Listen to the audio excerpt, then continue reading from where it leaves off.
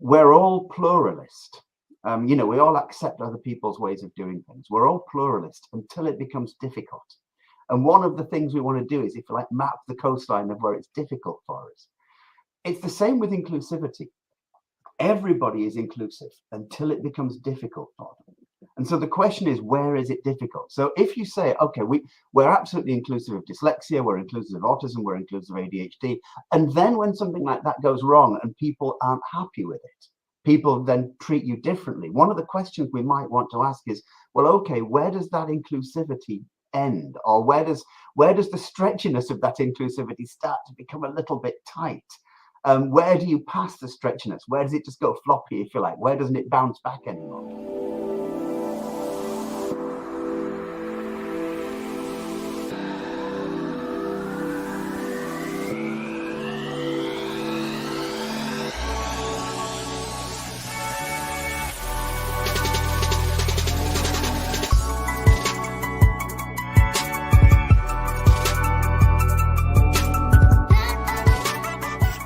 I suppose I began the journey when I was living in Germany. And for about 25 years now, for 24, 25 years, I've been working in neurodiversity awareness, specifically dyslexia awareness. I try to raise awareness of dyslexia from an intercultural perspective. And this goes deep in many different areas. So I work in universities around Europe. I've worked in university institutions in Britain, although you wouldn't necessarily call them universities. And I'm on the board of directors of a couple of places, I've just started, or I'm just in the process of setting up something called Neurodiverse, which is will be an online academic magazine, online academic journal for neurodiversity issues. Wow. So what I'd like to say is that you're keeping busy. Yes. It's that collision of busyness and bad organization and poor time management that keeps us all going, isn't it? So, Martin, from your kind of just sort of early perspective of, let's just say, dyslexia, how is this kind of perceived in different countries in the way that from your own kind of experiences? Well, one of the reasons I started doing what I do is because I was living in Germany, and there was, and to be honest with you, there still is a lack of true awareness, or a lack of a breadth and a depth of awareness in Germany. And this is hardly surprising. Different Bundesländer, different states in Germany have different understandings of it, different measurements, different definitions of it. You talk about diversity and inclusivity in Germany, and it is invariably gender and ethnicity. That's what diversity and inclusivity means in Germany: gender and ethnicity. Very recently, with a wonderful woman called Professor Claudia Lemke, and a few others, a guy called Niels Klorman I'm working with as well, in the Harriet Taylor Mill Institute of the Hochschule für Wirtschaft und Recht in Germany. We did something called a Werkstattgespräch, essentially a workshop, a presentation sort of seminar on the intersections of neurodiversity and gender. And it was eye-opening for a lot of people, because it's not something that people talk about over there. And so neurodiversity is way down the list of people's understanding in terms of any form of diversity. And therefore, the likelihood of people having a good grasp on what it is. So I was a teacher in Germany, and none of my fellow teachers were talking about it. I had students who were clearly dyslexic, and there was no provision for them. And so I thought, I've got to start raising awareness of this, because I'd only just found out myself about, maybe 6 or 8 months earlier. And so for me, it was very raw. And I remember when I came out of the closet, so to speak, it was because my work was fine. I was everyone was happy with the output, but I had to travel, and I would get timetables mixed up all the time. This is a big thing for me. My executive function isn't great. And so I read the timetables wrong. I get on a train to the wrong city, or I get on the wrong train or something. And this had happened a number of times, and I thought, well, instead of just lumping this onto my company, I've got to fess up and explain why. And so I said, look, the reason is, I'm dyslexic. The phrase that everybody was using at the time was "Ich bin Legastheniker," which isn't a particularly positive way of putting it these days. It's not seen as a positive way of putting it. And Gary, the boss, sort of sat down with me and said, "Oh yes, we're very, very understanding." But from that moment on, everything that went wrong in the company was my fault, because I became the Prügelknabe. I became the whipping boy. I became the very much the Zundenbock. I can't remember what the English word is, but I became the guy that you could blame, essentially, and that hit hard, because they didn't realize that this was prejudice, but it was clear prejudice and it was clear discrimination, and so I thought I need to help people understand what this is. Do you think that was the case because because you mentioned about your dyslexia, so to speak, and they always presumed, oh, so from now on you're always going to mess up, or there's always going to be a problem. So we're just expecting, we're just awaiting for you to do something wrong, so then we can just say, well, that must have really kind of hit the confidence side of it, because a lot of the things that you're struggling with anyway, and all we're trying to do really is just for someone to not treat you any differently, but just to understand and God forbid, some support. But that must have been quite tricky. Yeah. So instead of putting in place any accommodations, which is what you would expect a company to do in let's say, the United Kingdom, or you'd hope a company would do in the United Kingdom, they just, as I said, they basically expected me to mess up. And not only that, but every time anything messed up, they assumed that it was because of me. So on the one hand, there was this kind of shame and embarrassment that I was looked upon as a walking confusion, as a walking time bomb for something to go wrong, which doesn't do anything for your confidence. And on the other hand, there was an anger that was building up inside me that went wrong. It wasn't my fault, and people are assuming it was me. And how can I explain this to them? And so, yeah, this. I've talked to other people who have been in similar positions, and it wasn't an isolated incident. This is the kind of thing that a lot of people seem to experience. So yeah, you get the lack of accommodation, you get this shame of being looked upon as a walking mess, and then you get the anger that comes with people blaming you for things that aren't your fault, based on quite frankly a lack of understanding. I mean, it's really sad to hear this, and it's a common thread in the way that people are made to feel. But from a human nature point of view, if someone said to you, "Don't drop that glass," if I was to pick this glass up and I was to take it into the kitchen, I wouldn't think too much about whether I was going to drop it or not. But the minute someone says, "Don't drop that glass," it puts an added bit of pressure. If we took that as a scenario of you're always going to feel like you're going to mess up about certain things, that it is going to create that pressure, and we're only human, and whether you have dyslexia or you don't, these things are going to happen. And I think it is that added pressure, isn't it, that a mistake is a mistake, and we learn from our mistakes in this sense. But if you're not given any support or leeway in any way, shape or form, and you're living in this fear bubble of thinking, if I mess up, it's going to bring shame, or it's going to bring, possibility of losing my job, all these things. That is an enormous amount of pressure that builds like building blocks. That darling of the TED Talks and that darling of the internet, a guy called Simon Sinek, you'll have heard of him probably. He gave a talk once, and it was, I don't know where it was, but it was in a company. And what he said was absolutely right. He said, what's the difference between championship sort of skiers and non-championship skiers? And if you're skiing through a forest and you're concentrating on the trees because you're scared of hitting the trees, then you'll hit a tree. If you're concentrating on the path between the trees, you'll go down the path between the trees. And this is basically, I absolutely get that. I used to do a lot of karate, and if you try to do a high side kick and you're focused on not losing balance, you'll lose balance. If you're focused on the kick, you won't lose balance. And so exactly that. If other people are focusing you on the disasters that could occur, then the chances of the disasters occurring are higher, quite frankly. They simply are. And so I began my journey essentially by running some sort of education workshops for this company. And in fact, I remember very well, it's one of the things that it was almost a proof of the pudding. Someone was being cheeky. It was a friendly thing to do, but I mean, it was it's kind of a cheeky thing to do.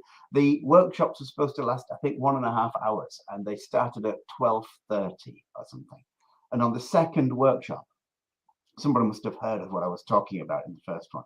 On the second workshop, it was something like 1:15, and someone said, "You do know you've gone 15 minutes over your allotted time, don't you?"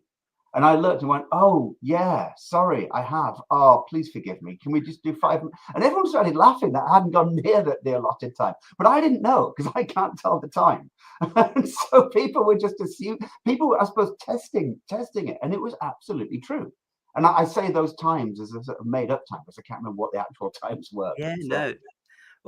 What is the kind of I know you and I have had many conversations before, and we've spoken about our kind of travel woes or travel travel challenges. Let's just say this. And even last night, I went to yesterday. I went for a couple of meetings up in London, and I knew that I had to get the train back at 9:30 last night. I missed that train subsequently and ended up getting back at 1:20 this morning through different ways of getting home. And that's a very simple journey. That's up to London on the tube, back from London, back home. But in my head, I knew that these, it's almost become a thing, I guess, inherently in my head, thinking, I'm going to struggle with the time, I'm going to struggle with the train. But those things, they can bring a lot of anxiety, can't they? When you're in these situations, if it's a car journey and I miss the turn-in, that's fine. But if I'm in a plane or a train and it's these, you're confined to their time schedules, and these, on a train, you can't just get off. You see what I mean? You're not in control of this. You have to abide by the times. What's been your kind of experiences around travel? I'm a disaster area. Everybody knows I'm a disaster area. And you have to change. I've had to change my attitude. I mean, I've traveled through the wrong countries, to the wrong countries. I've turned up at the wrong airport. I've had to then rebook a plane and booked it to the wrong city.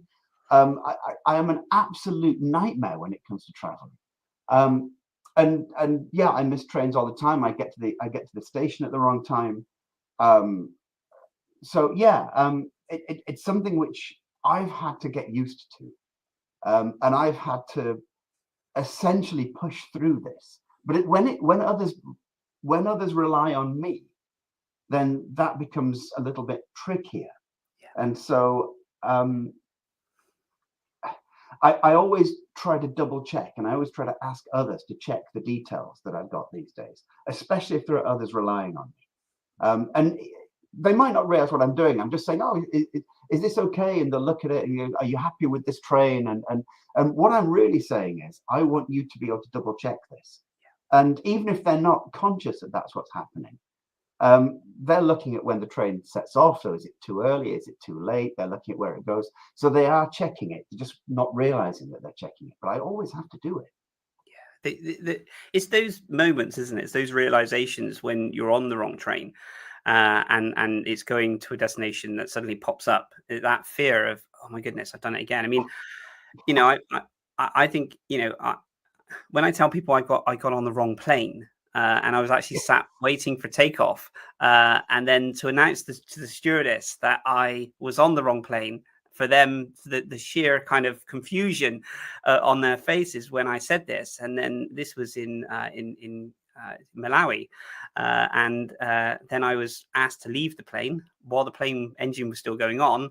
The door shut, the plane went off, and I was just stuck on the tarmac for 10 minutes until the coach came back. But it's almost become a part of a norm that these things can happen. But the interesting thing is, and this is what you mentioned, when someone's relying on you to be there at a certain time and do these things, if from a job point of view, if you're having to get there for, for a meeting or and then you have to report back to the job that I've got on the wrong train, or I've done this, that then encroaches, doesn't it, into your actual job and your performance. And that's where the problems can lie from, if they're not understanding of what this could happen. Something I often say, and I actually, I often start, so I work in ethics as well. That's one of the areas that my PhD was ethics. So I run ethics courses. And one of the things I say at the beginning of many ethics courses, not all of them, is that we're all pluralist. We all accept other people's ways of doing things. We're all pluralist until it becomes difficult. And one of the things we want to do is, if you like, map the coastline of where it's difficult for us. It's the same with inclusivity. Everybody is inclusive until it becomes difficult for them. And so the question is, where is it difficult? So if you say, okay, we're absolutely inclusive of dyslexia, we're inclusive of autism, we're inclusive of ADHD, and then when something like that goes wrong and people aren't happy with it, people then treat you differently. One of the questions we might want to ask is, well, okay, where does that inclusivity end? Or where does the stretchiness of that inclusivity start to become a little bit tight? Where do you pass the stretchiness? Where does it just go floppy, if you like? Where doesn't it bounce back anymore? So yeah, often when, and I say when because it does happen, when I get on the wrong train, get to the company in the wrong city, that I should be in Manchester, not Leeds, or when I get on the wrong train and arrive late, or even if it's, getting the bus connections wrong afterwards, it doesn't happen much. I mean, don't refuse to employ me because I'm going to mess things up. But don't be massively surprised if it does happen. That's with any neurodiverse freelancer or business person. Don't be massively surprised when it happens. But when people then react in a way that isn't, as it were, accepting of that, then the questions about what inclusivity means start to become real, because everybody can say we're inclusive. It's very easy to say you're inclusive and to say we understand all about dyslexia, we understand all about neurodiversity. But then when something happens that puts you back up, that makes your little hair stand up on the back of your neck, what do you do about that? Because you can't help the reaction. No one can help the reaction. No one should be ashamed for being frustrated with a dyslexic person for doing X, Y, and Z. But the interesting point comes at how we then behave towards that, and how we reflect on our reactions as well, because our reactions are as much a part of ourselves as they are of the person we're reacting to. So, yeah, I think what you're talking about gets very deeply to the heart of what we talk about when we talk about inclusivity. Orcam Learn. World's most innovative learning enhancement solution, designed specifically for people with learning challenges. Personal AI, natural language processing, sleek design, high-resolution visual sensor, laser capture, aim and frame, laser pointer, one-word focus. Read text aloud from any surface. Full-page text capture. While those who Mary saw slunk or hurried about with ashy and scared faces. Let's read. Go ahead and start reading. Why did you come? She said to the strange woman. I will not let you stay. Send my ayah to me. That was wonderful. Well done. In-depth web app.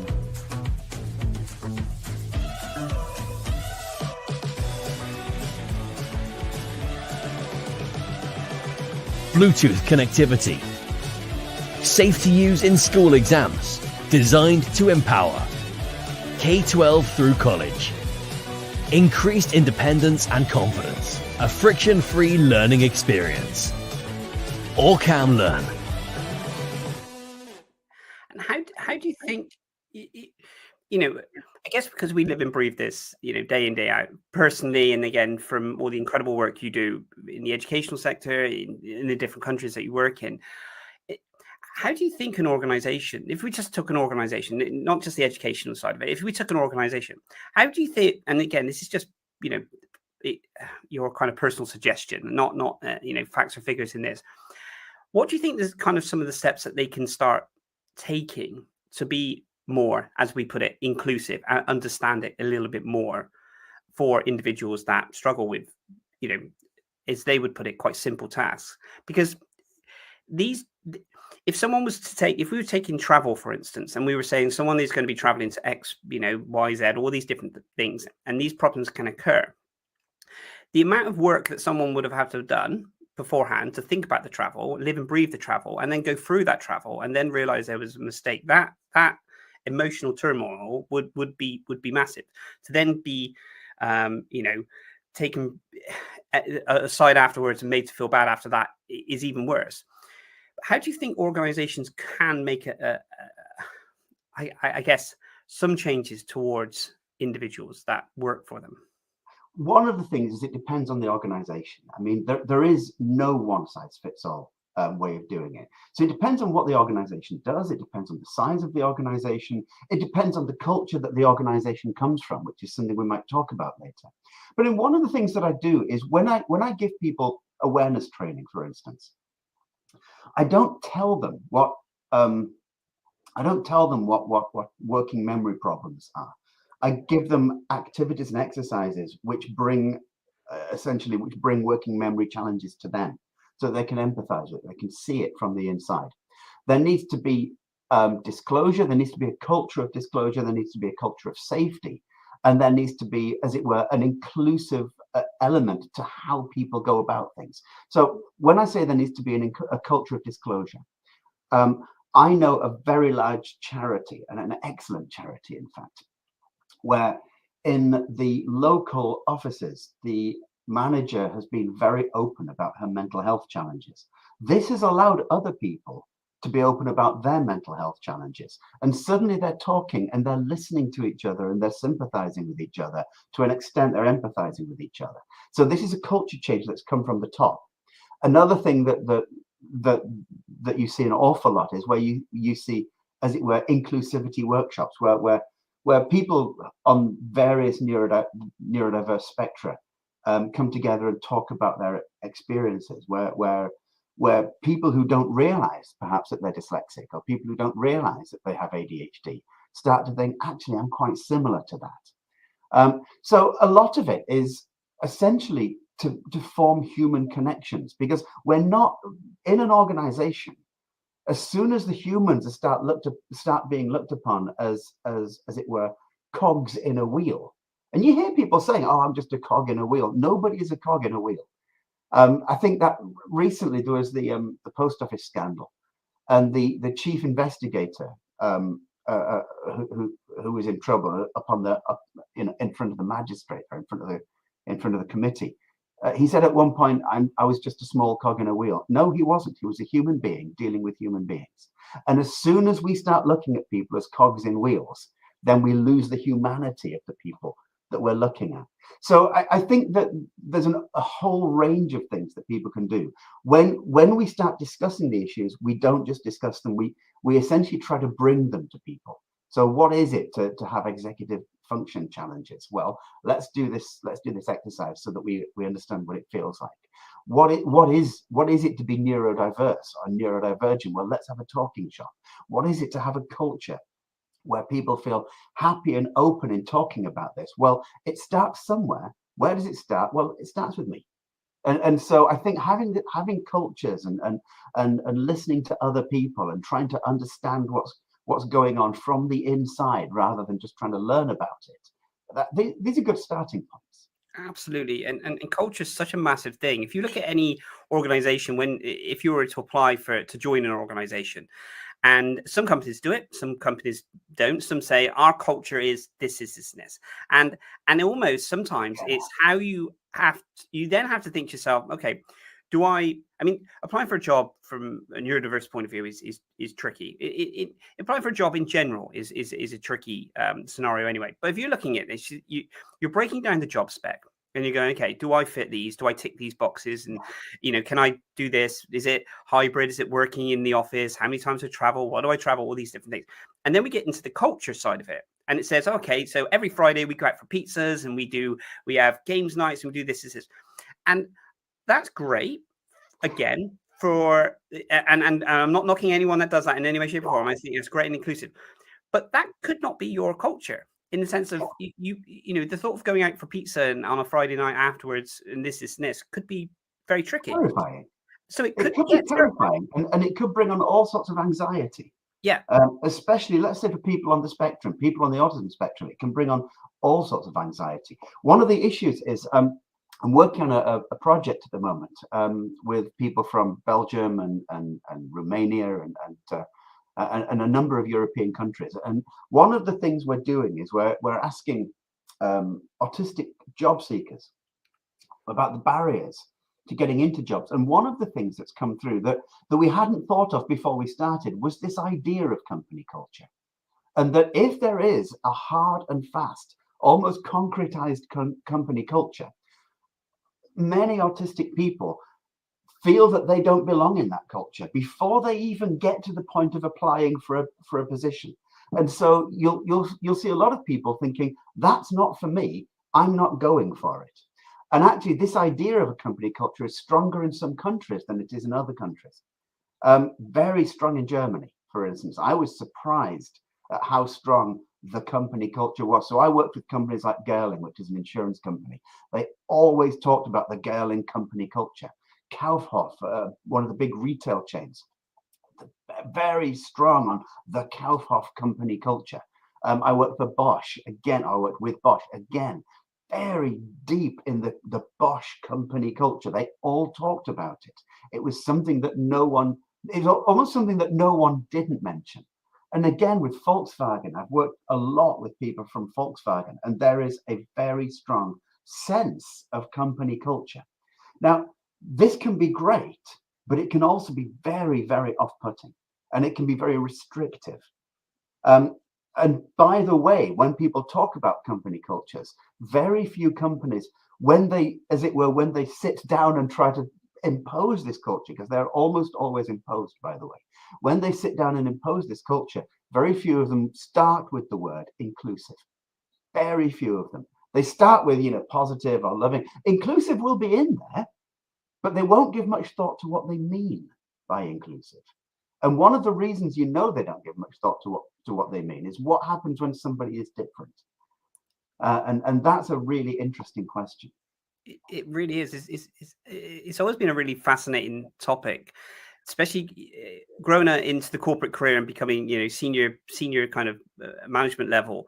Looking back on it, when kind of the near kind of naughty, so to speak, of those kind of those years, and how companies have changed and cultures seems to be, especially 5 years ago, the word culture used to be like the buzzword. It used to just be bounded around everywhere in the sense of we need a company culture. We need to come. And it's almost, how do you create a company culture? Is it the company then decides between a few of the board and said, well, we want to make sure that we do this, this. And it was always interesting. The organizations that I worked with many, many years ago, the culture seemed to be, okay, so how can we best get our customer to like our brand? Yeah. And then it was always this kind of level. And I was thinking, the customer like your brand because of the product or service that you offer.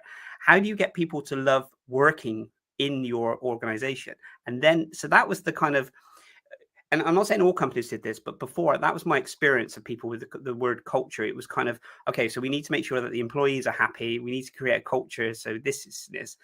And I think it was, when we talk about inclusivity, the minute you leave all the decisions up here and you don't include everyone around, that's when it gets a little bit tricky. That's when you have high levels of staff turnover, and a lot of things happen, and even people stop applying to work for an organization. Yeah, and you can see what I came up with, this idea of an ethical narrative. Now, a lot of people can talk about company culture, but I think a company culture and an ethical narrative are slightly different. But an ethical narrative is essentially the thread of behaviors that you can see and that you can therefore predict how somebody might behave in the future. And you can see, on the one hand, that, for instance, good examples could be companies like Google, who have a great outward company culture. Everybody wants to work for Google because we all know what we feel we're going to get. And then when you look at the actions of Google, and when you look at how they've treated their employees, when you look at what they do with the data that the employees give, when you look at all of these things, you start to build up a picture that there is, if you like, a story, a narrative going through, that this isn't an ethical company at all. It really isn't. And that when we start to see that, that's the culture. The culture is not what you impose. The culture is, if you like, what you can see and how people feel. And if you like, how people interact with each other and how comfortable they are interacting with each other. Because there are, I'm going to tell a very quick story. Please do. 2 companies I worked for, and they were very similar. They both worked in very similar areas. Now, the story I'm going to tell isn't about neurodiversity, but it's easily transferable to neurodiversity. You'll understand why. I had an operation on my knee about, oh gosh, can't remember what it was, maybe 8-9 years ago. The 5th operation I've had on my knee. So I can almost unscrew it and put it over there these days. And I was then, this was in December, and I was offered some work in January from both of these 2 companies on consecutive weeks. So I was able to do both jobs. And I thought, this is great. I'm going to really enjoy this. I had a friend who worked for one of the companies, and she emailed me and said, Martin, look, I know you've had an operation on your knee. It might be a little bit delicate for you to get around. Why don't you write to the director and ask him whether it's okay to work? Do you work on the ground floor so you don't have to keep doing the stairs all the time? And I thought, what a lovely thing to say. So I did. I wrote to the directors of both companies, explained the situation, said I've just had an operation on my knee. I'd be really grateful if you could allow me to work on the ground floor and to do the workshops and to do the training on the ground floor. One company, in one company, the director herself came in on the Sunday before the Monday I was supposed to be working and moved her own office furniture out of her office so that I could use that office as a training space. The other company's director, he wrote to me and said, well, if you can't get up and downstairs, maybe it's not a good idea for you to work for us, and took the work away. Now, this is a perfect example of how inclusivity and company culture collide suddenly, where the only issue was I was on crutches. Maybe I wouldn't even have been on crutches at that point. I don't know. I think I wouldn't have been, because they take your crutches away after the operation usually. So the only issue would have been that I had some mobility issues, and one company bent over backwards. The director herself bent over backwards to make sure that I was accommodated for, and the other director just took the work away because it was inconvenient for them. And so company culture shines really, really brightly. And as I said, it's not about neurodiversity, but it is about inclusivity, and it's about accommodations, and it's about as it were, physical diversity. And so, yeah, you can see it. I think is well, it's it's an incredible story, and thank you so much for sharing those. And it is absolutely, you're absolutely right. It does that divide in the sense of what good looks like, in the sense of what common decency looks like, and again, saying that you're not the right fit because you may struggle coming in this and this, you can see how that then rolls into other decisions that are probably made within the organization, and how other people are made to feel. Yeah. So yeah. It always, when I think about inclusivity in organizations, and it's sometimes it's the small things. So for me, being asked a question off the cuff, certain subjects, I'm fine. I love to talk. I can talk about different things and everything. If it's facts and figures, or if it's something else that I feel that, not that I can't answer them, but if it's just someone throws something at you in the sense of a question, put that in a working environment. Say you walk into the office and you go to make a cup of coffee or something first thing in the morning, and then the boss walks past and says, Hi, Darren. How how you doing? You're like, okay, great. And then it's okay. How's that going? Those little moments for me would be really tricky. And it's not because I don't know the answer. It's because I feel, because it's almost trying to get your memory to actually think. I've been in situations in the past, but with undiagnosed dyslexia, where I've actually had to make up what I did on the weekend because it's such a simple question. I'll go in on a Monday morning and they say, "What did you do on? What did you get up to the weekend?" And my mind would just freeze, and I'd come up with, like, I don't know. I'd say I went jet skiing. And they were like, "Oh, okay, you went jet skiing." And then in my head thinking, why did I say jet skiing? And then it's What did you say? but it's these moments, in all seriousness, it's all these moments Yeah. where you feel, why did I say that? Because I felt like I had to say something. It's what I call the cult of spontaneity. That those people who are able to be spontaneous are somehow deified, or they're honored more than others are. Now, this genuinely hurts many neurodivergent people. So it can hurt quite badly people on the autism spectrum, the idea that you've got to be spontaneous. I have the same, but it's with future. What are you doing on the weekend? I have no idea. When is the weekend? What is a weekend? Let me think. You know, and I usually just go, "Oh, I'm working." That's my stock answer, because I have no idea. But I might have plans, but I don't know what they are. And so, yeah, this cult of spontaneity.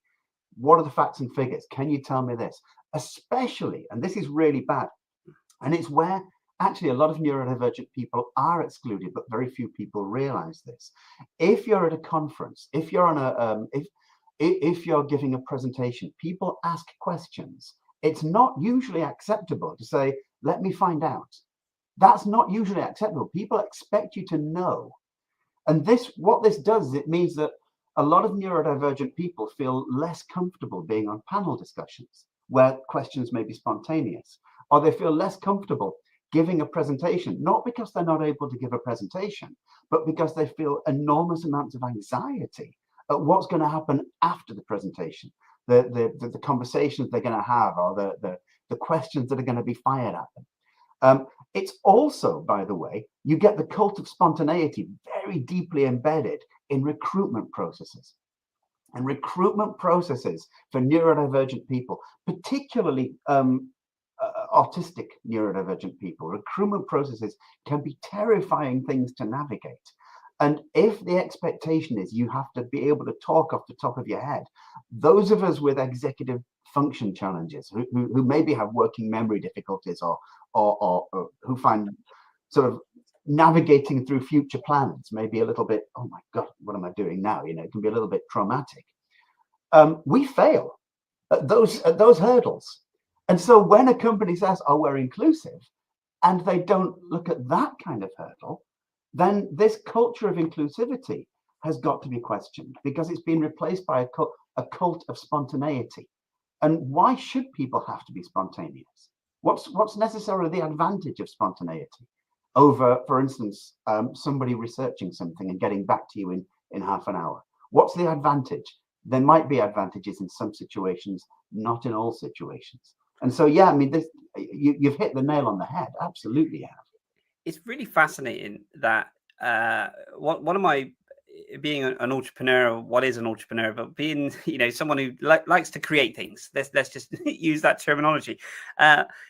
My favorite show for years was Dragon's Den. Okay, and it was in a sense that it was just this I don't know, this magical kind of show where you know, dreams are made and all these different things, right? And whether it's you're pro or you're against it, but genuinely from a business point of view, I used to find it fascinating. Someone would go in and talk about their, you know, what they've created, and is it investable, is it not?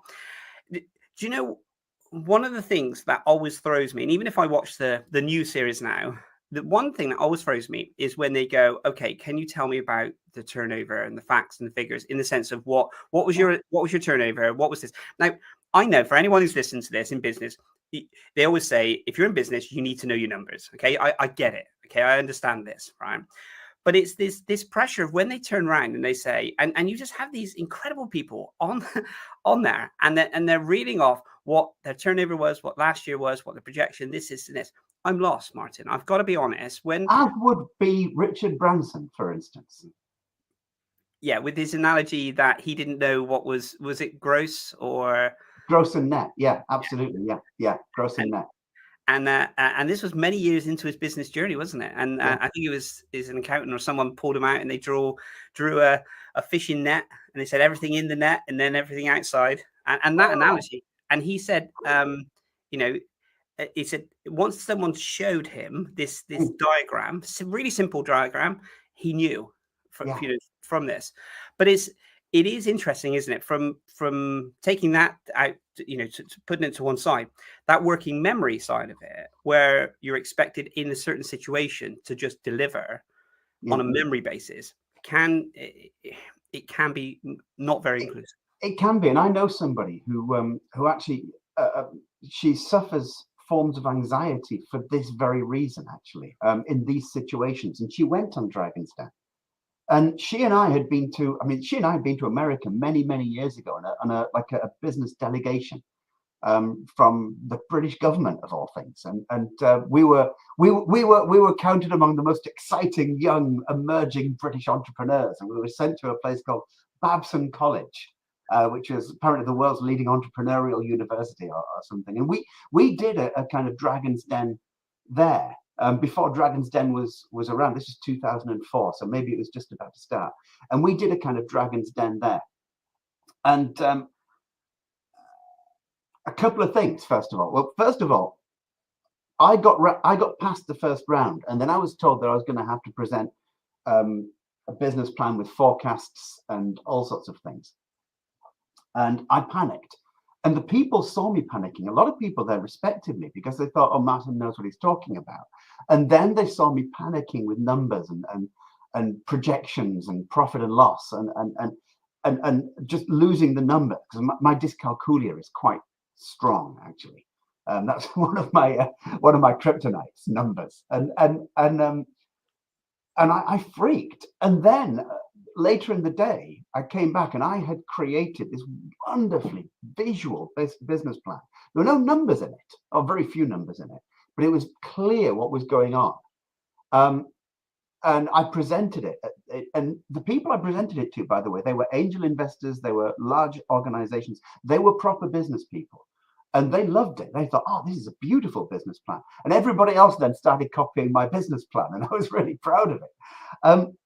And we got through. So this lady and I, we got through to the final. And in the end, we kind of shared the trophy, which is, we will give you so much money if you give us so much of your business. And then neither of us really wanted to at the time. But it was a great experience. Well, she then went on Dragon's Den. I think it was the first series or something. It was the first series of Dragon's Den. And she was presenting her product. And her product was essentially wellness. It was homeopathic remedies, herbalism, aromatherapy. I think there's a lot of aromatherapy in it. And I knew from having seen her going through the Dragon's Den in America, I knew how she was going to react. And it was painful to watch because they started to ask her all sorts of questions. And as soon as she started to stammer, they went in for the kill. And by the end of it, she had mental health issues. She had to then change the name of her company so people wouldn't associate it with the car crash that was on TV. And the questions that they were asking were irrelevant. I mean, they were irrelevant to whether whether her products were going to be good, whether it could be successful, whether people would buy it. They were irrelevant. They just smelt blood. And for somebody who's not well capable of handling that kind of anxiety, and you don't have to be on any neurodiverse spectrum to be like that, by the way, but the idea that you don't subscribe to our cult of spontaneity, and we are going to tear you to shreds publicly for that. It was a cruel experience. I haven't watched Dragon's Den since. Wow, that's looking back on it. There's been a I guess it's is it set up for businesses, or is it set up for for television, TV, as in yeah, to gain the viewership in their yeah, sense? But I know that I'd never put my I willingly put myself in that situation, but and that's a sad thing, because with all intentions, the lady you mentioned, incredible person, doing incredible work, incredible business, and being just in an environment which is literally yeah. created in a way that's Mm, a mm, really a terrible situation in mm. that sense, which on the reverse side could have been so different had they asked different questions, or had they not smelt blood, so to speak, as you mentioned, and saw weakness in their eyes and thought, actually, we're going to go for this. And I think that's the sad reason behind it. It's the sad thing. And then, so this wasn't an isolated incident either. So, okay, this was for the TV.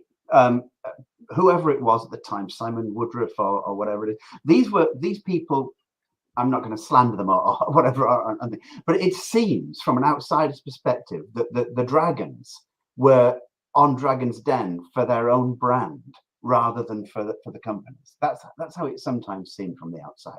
Well, that may be the case on TV, but then you go to, for instance, you go to a school environment where you get neurodiverse kids. Now, these are some of the most vulnerable people around, and depending on where you are in the world, the understanding of neurodiversity may be higher or may be lower. And if you're in a place where that understanding is lower, these kids are going to suffer.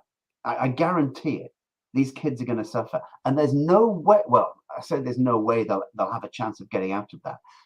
The anchors, the ball and chain that's going to be attached to them, trying to get out of school, trying to make a success of themselves in life, trying to make a social success of themselves in life after having felt isolated and alienated at school. This is quite cruel. And different areas of the world. So, for instance, in Bavaria, there was a study published fairly recently, within about last 10 years, 10 or 11 years, that showed that Bavarian teachers genuinely believe that your dyslexia is your fault, and that it's not their job to do anything about it. And so what you've got is you've got the weight of expectation. You've got essentially victim blaming. You've got the weight of expectation on the shoulders of 5-year-old, 6-year-old children, where you've got adults who could do something about it, saying, nothing to do with me, nothing to do with me. And this is the kind of culture that we have to change, the culture of belief, the culture of how we look at others, and how we look at others and their vulnerabilities. Because absolutely every single one of us is broken. There's not one of us who isn't broken. And so how is it possible to not look at somebody else and empathize? As long as you can connect with your own fallenness, as it were, you can connect with your own brokenness, you can then empathize with others. And then of course you get cultures, whatever we mean by cultures, where that's not encouraged. You're not encouraged to look at yourself as vulnerable or broken or weak yourself. You've got to be the boss, and the boss is strong. And that kind of company culture, that kind of educational culture, that kind of societal culture, that bleeds into everything. And therefore it bleeds into, for instance, yes, it bleeds into businesses, and it bleeds into schools. And, I am strong, I am the boss, I know what's right. And when you're looking at things like that, then this is quite an oppositional way of seeing other human beings. Where we start looking at ourselves as, I know where I'm broken, I know where I need help, I know where I'm vulnerable, then it's impossible to look at others without seeing them as similar to yourself. And that's where empathy starts. Absolutely. And do you feel, if we're in a situation in school where we feel isolated and we don't really belong there, and then you go into the workforce and then you think to yourself, where do I belong? That sense of belonging is powerful. It's something that we all strive to. We want to belong, whether it's an activity like you and I do, martial arts, or if it's painting or crockery or football or sports. There's a human nature to want to have that sense of belonging. And I feel, when I speak to the many thousands of people that we've spoken to over the years, that sense of belonging sometimes feels a bit lost, because it's almost like it seems like they're searching for it and sadly never finding it. I don't know about you, but I can't remember anybody from school. I remember a couple of people, but the school class sizes were about 20 to 30 kids, and I can remember maybe 3 of them, 4 of them. But I couldn't remember what they looked like. And this is from my entire time at school, really. And that says something. It says that I had no connection with anybody there. I've been in pubs or cafes or wherever with one of the few friends that I do have from school time, and someone's come up to us going, "Hey, it's Martin and Mark, isn't it?" And Mark's gone, "Oh, it's Mark." And I sat there thinking, "Who are you? I have no memory of you." And this is partially because there was that complete alienation. There was a wall between me and society at school. I was massively alienated. It is, the isolation part of it for my child, in the sense of the school side of it, being taken to the cabin and just kind of given, colouring books to occupy me for 5 years. In that sense, that element of isolation stays with you, regardless of how old you get and where you end up in your career in these things. But it is I never believed that I fit in, or sometimes I do, but often I don't. And there are places that I've worked for years that I still don't feel that I fit in, or that I'm accepted, or that I have the level of respect that, and it's not that I want to be respected, but you need to have a level of respect to be able to feel that you're functioning with everybody else. And this isn't because of how they treat me. This is because of my history. It's because of my past. Because when you're taught, and you were taught this, when you were taught from an early age that you don't fit in, that you're not like other people, that you're not a success, that you're not clever, that you're not able to ... When you're taught that through your school life and even your home life sometimes, when you're taught that, then it's hard shaking that feeling, isn't it? It's hard shaking that feeling of being an imposter. And it's not imposter syndrome, by the way, because I'm aware of it. And so as soon as I'm aware of it, I don't have imposter syndrome. I just think I don't fit in. And then I think, come on, mate. You know you should. And I know. But I'm constantly having this conversation with myself. Martin, we are sadly coming up to our time. I could speak to you all day. I honestly could.